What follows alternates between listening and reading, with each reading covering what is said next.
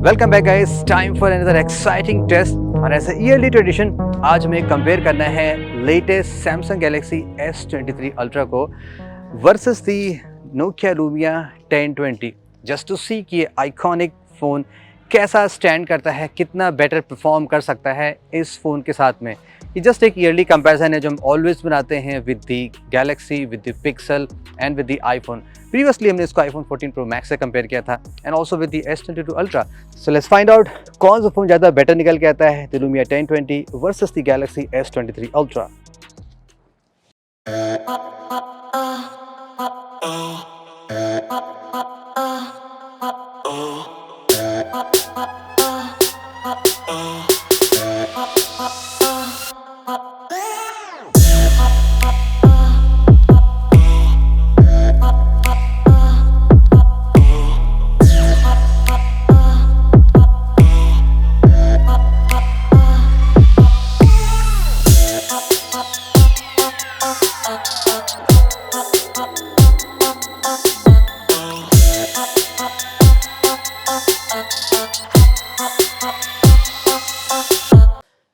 Buy these products with the best deals and offers from the YouTube shopping list. Tap on the screen and click View Products to know more.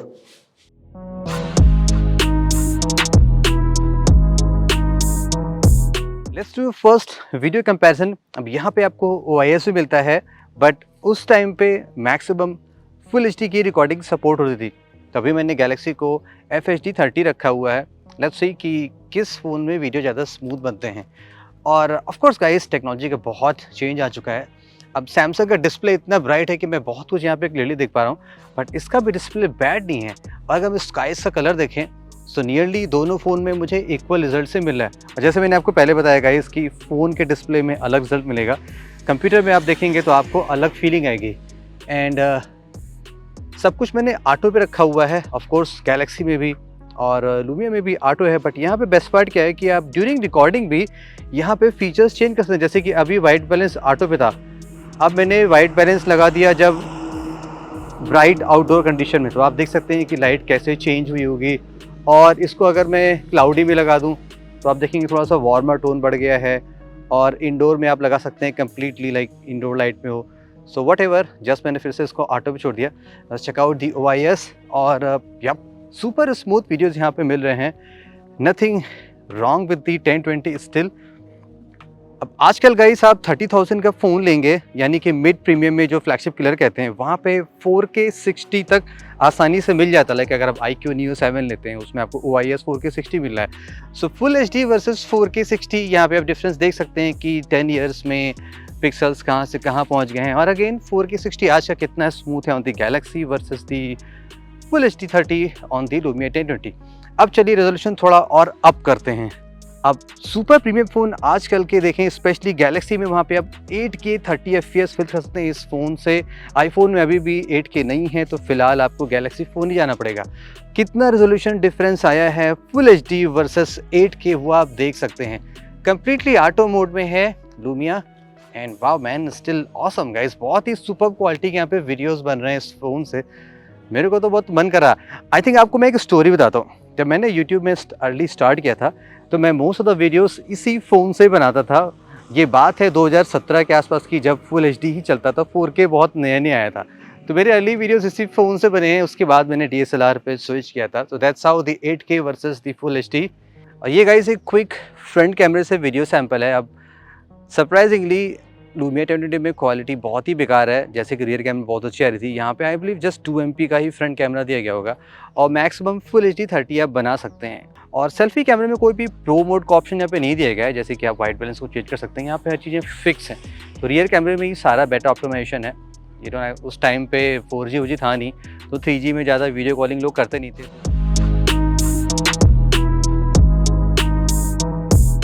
आज हमारा जो focus है वो ये है कि 10 साल पहले जब ये फ़ोन सिंगल कैमरा लेंस से आया था, और 10 साल बाद टेक्नोलॉजी इतनी चेंज हो चुकी है, मल्टीपल कैमरा लेंसेज अब आते हैं, हर फीचर के लिए अलग लेंस होता है। तो 10 साल पहले क्या वो सारे फीचर्स थी कि नहीं थी, और अगर थी तो किस लेवल की थी, और उस लेवल में और आज के लेवल में कितना फ़र्क है। वेल, ये वर्ल्ड का फर्स्ट फ़ोन तो नहीं था जहाँ पे हायर MP था। इससे पहले नोकिया 808 था, वही वाला कॉन्सेप्ट यहाँ पे आ गया था। कुछ इसमें यूनिक फीचर्स थी, जैसे कि यहाँ पे जाइस ऑप्टिक्स था, नोकिया का प्योर व्यू टेक्नोलॉजी थी, वो भी आगे मैं आपको एक्सप्लेन करता हूँ। हमने 41 से स्टार्ट किया, अब इन बिटवीन बहुत सारे सेंसर्स आ चुके हैं। 48 MP भी आ चुका है, जो Redmi Note 7 Pro में बहुत पहले इंडिया में फर्स्ट टाइम शायद लॉन्च हुआ था।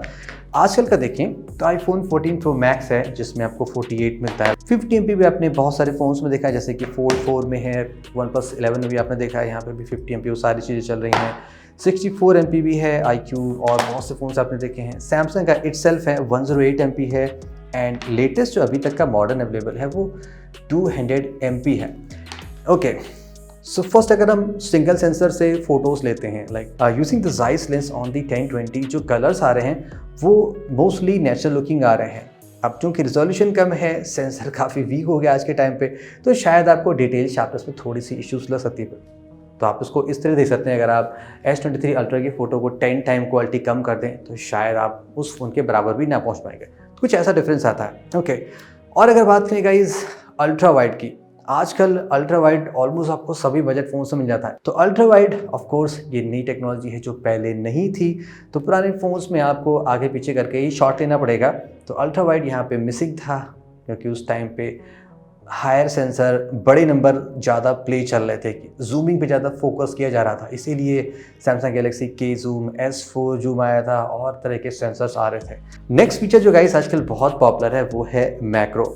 दो तरह से इम्प्लीमेंट होता है, या तो डेडिकेटेड मैक्रो मिलता है 2 MP 8 MP, या जो प्रीमियम फ़ोन्स में होता है कि आप अल्ट्रा वाइड लेंस के थ्रू ले सकते हैं। यहाँ पे भी ऐसा है गैलेक्सी में, लेकिन पुराने फ़ोन्स में ऐसा कुछ नहीं था। अब सेंसर्स पुराने होते हैं तो आप एक मिनिमम डिस्टेंस तक ही जा सकते हैं, जो कि आई बिलीव इसमें काफ़ी ज़्यादा थी। 6 इंचेस आप कह सकते हैं, आपको मिनिमम इतना डिस्टेंस रखना पड़ता है। लेकिन अगर आप अल्ट्रा वाइड के थ्रू मैक्रो लेते हैं तो आप मिनिमम 2 सेंटीमीटर तक भी जा सकते हैं, जो कि बहुत ही अमेजिंग इंप्रूवमेंट है कंपेयर टू 10 ईयर्स ओल्ड की टेक्नोलॉजी में। तो यहाँ पे आपको एक मैसिव टेक्नोलॉजी डिफरेंस नजर आ रहा होगा।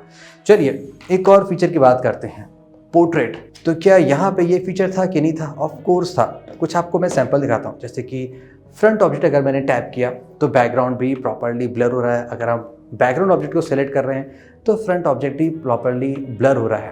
तो ऐसा नहीं है कि 10 साल पहले ये फीचर थी नहीं, वहाँ पे भी ये फीचर थी, बट यस ब्लर लेवल का ऑफ कोर्स काफ़ी फ़र्क पड़ रहा है। लेकिन कम ऑन गाइस, 10 टाइम अगर आप क्वालिटी रिड्यूस करेंगे तो भी शायद आई थिंक यहाँ तक आप पहुँच नहीं पाएंगे। अब गाइस आते हैं मोस्ट इंपॉर्टेंट फीचर पे, जो सबसे इंपॉर्टेंट है, वो है हायर मेगापिक्सल का खेल। उसमें 2 चीज़ें यहाँ पे हैं। हायर मेगापिक्सल की जस्ट जो क्वालिटी आ रही है वो कैसे आ रही है, प्लस नोकिया ने उस हायर मेगापिक्सल को सेंसर को क्यों यहाँ पे यूज़ किया था और उससे क्या एडवांटेज दिया था। तो मैं आपको एक और आइकॉनिक फीचर बताता हूँ जो आपका आजकल आपको फ़ोन में नहीं मिलती है। यहाँ पे आप देखेंगे 2 ऑफिशियल कैमरा एप्लीकेशन है, एक लुमिया कैमरा ऐप है और एक ये माइक्रोसॉफ्ट का कैमरा ऐप है। सेटिंग में जाते हैं और यहाँ पे ऑप्शन में आएंगे, तो इस फ़ोन के थ्रू आप 2 फोटो साइमल्टेनियसली सेव कर सकते हैं। या तो आप चाहे तो सिंगल 5 MP ले सकते हैं, या तो 5+38, और आप DNG फॉर्मेट यानी कि रॉ में भी ले सकते हैं। अगर आप 16:9 लेंगे तो ये 5+34 हो जाता है। तो यानी कि ट्रू 41 तो आप यहाँ पे नहीं ले सकते हैं, जो ऐसा कहा जाता है। यहाँ पे थोड़ा सा अलग हिसाब दिया गया है। अब यहाँ पे हायर MP का डिफरेंस कुछ फ़ोटोज़ में दिखा रहा हूँ, आप देख सकते हैं कि क्वालिटी कैसी आ रही है। थोड़ा सा आप क्रॉप करेंगे, स्केल करेंगे तो ऑफ कोर्स आप थोड़ा सा बेटर रिजल्ट्स पा सकते हैं। तो यस, उतना डीप लेवल पे नहीं जा सकते हैं। अगर आप 200 MP से कंपेयर करेंगे तब तो ज़मीन आसमान का फ़र्क है। अब मैं सेकेंड पॉइंट पे आता हूँ कि 41 MP का नोकिया ने कैसे यूज़ किया था। डिजिटल जूम करते हैं तो उससे बहुत ज़्यादा नॉइस आ जाता है और क्वालिटी डिग्रेड होती है। तो नोकिया ने अपने फ़ोन में using pure view pixel over sampling का कॉन्सेप्ट यूज़ किया था। बिकॉज इतने ज़्यादा पिक्सल्स थे तो यहाँ पे ओवर सैम्पलिंग का यूज़ करके एक 5 MP का बेटर शॉट प्रोड्यूस किया जाता है। दैट्स व्हाई आपने यहाँ पे देखा होगा 5+38 था, वो जो 5 MP था वो ओवर सैम्पल्ड इमेज होती है अगर आप उस मोड में लगाते हैं, यानी कि लॉसलेस क्वालिटी। तो आप 4x लॉसलेस जूम कर सकते हैं। अगर आप लुमिया कैमरा यूज़ करेंगे जो नया वाला माइक्रोसॉफ्ट का था, तो उसमें आप 6x जूम भी कर सकते हैं। तो अगर हम फर्स्ट 1x कंपेयर करें, देन 3x सैमसंग में है, और मैक्सिमम जो मैं लेके आऊँ लुमिया में वो 6x है। तो आप 6x आज के टाइम का वर्सेस 6x पहले के टाइम का देख सकते हैं। तो तो आपके पास कोई भी पुराना फ़ोन हो, आप उसको ऑन करके 6 टाइम जूम करेगा तो शायद ही आपको कुछ ऐसी क्वालिटी मिलेगी। And yes of course Samsung में आप 10x ऑप्टिकल भी कर सकते हैं, 30x ऑप्टिकल भी कर सकते हैं और इवन 100 टाइम जूम भी कर सकते हैं। तो वो तो अमेजिंग फीचर है, लेकिन 10 साल पहले की कहानी के हिसाब से देखा जाए तो ये माइंड ब्लोइंग था। दैट्स वाई अभी भी ये लेजेंडरी फ़ोन कहलाता है, like king of the phones कहलाता है। लो लाइट में चलते हैं। लो लाइट की क्या कहानी है?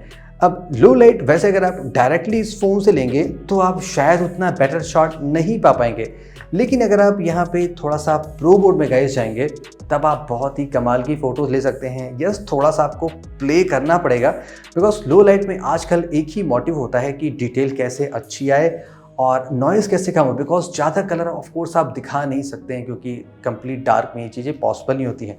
तो इस हिसाब से देखा जाए तो लुमिया 1020 अभी भी बहुत ही बढ़िया शॉट्स लेता है। तो मैं ज़्यादा प्रो मोड में खेल नहीं पाता, तो मैंने थोड़े मोड़े आपको सैंपल दिखाया, आप समझ जाएगा। लेकिन एक और आइकॉनिक फीचर है जो अब कंप्लीटली डेड हो चुकी है, वो है इसकी फ्लैश सिस्टम। यहाँ पे आप देखेंगे ड्यूअल फ्लैश है। आप सोच रहे हैं कि इसमें क्या नहीं है, आजकल तो 4 क्वाड LED फ्लैश के फ़ोन आते हैं। यहाँ पे एक टाइनी सेंसर दिया गया है जो फोकस असिस्ट वाला है। आप उसको फोकस मोड ऑटो रखेंगे तो वो सेलेक्ट करता है ऑब्जेक्ट आपको दिखाने के लिए। लेकिन यहाँ पे आपको एक kind of biggest xenon flash लगता है जो कि सुपर ब्राइट है, और इवन गैलेक्सी भी उतना ब्राइट फोटो नहीं ले पा रहा जितना लुमिया 1020 से आप ले सकते हैं। अब ये टेक्नोलॉजी शायद इसलिए हट गई बिकॉज ये बैटरी बहुत कंज्यूम करती है। और गाइस चलते चलते सेल्फी की भी बात कर लेते हैं। इस छोटे से फ़ोन में आपको 1.2 MP का सेल्फी कैमरा मिलता है, जबकि यहाँ पे 12 MP। देखिए है ना कमाल का नंबर, 10 साल का डिफरेंस है, तो सेल्फी में आप 12 तक ही आ पाए। ऐसा नहीं है, पुराने वाले में तो आपको 40 मिलता था। तो जस्ट मैं एक रेफरेंस बता रहा हूँ, फनी जोक, लेकिन क्वालिटी काफ़ी डिफरेंस आप देख सकते हैं। लेकिन 1.2 MP के हिसाब से भी I mean not bad, like colour वलर एकदम सही आ रहे हैं। तो बहुत सारे गाइस हमने फ़ोटोज़ देख लिए, सैम्पल्स देख लिए, कुछ बातें मैंने आपको बताई जो मैंने फील की थी, जो मुझे लगा आपको बताना चाहिए। आपके हिसाब से क्या लगता है, like what Nokia should do? So stay tuned for the next comparison जब iPhone 15 Pro Max आएगा या जो भी अगला फ्लैगशिप आएगा, पिक्सल या जो भी आएगा, उसके हम फिर से ये आइकॉनिक टेस्ट परफॉर्म करेंगे। आपने ये फ़ोन यूज़ किया है तो आप भी बता सकते हैं कि आपको कैसा लगता है। That's it. Hope you enjoyed this video. This is Saurabh and see you very soon.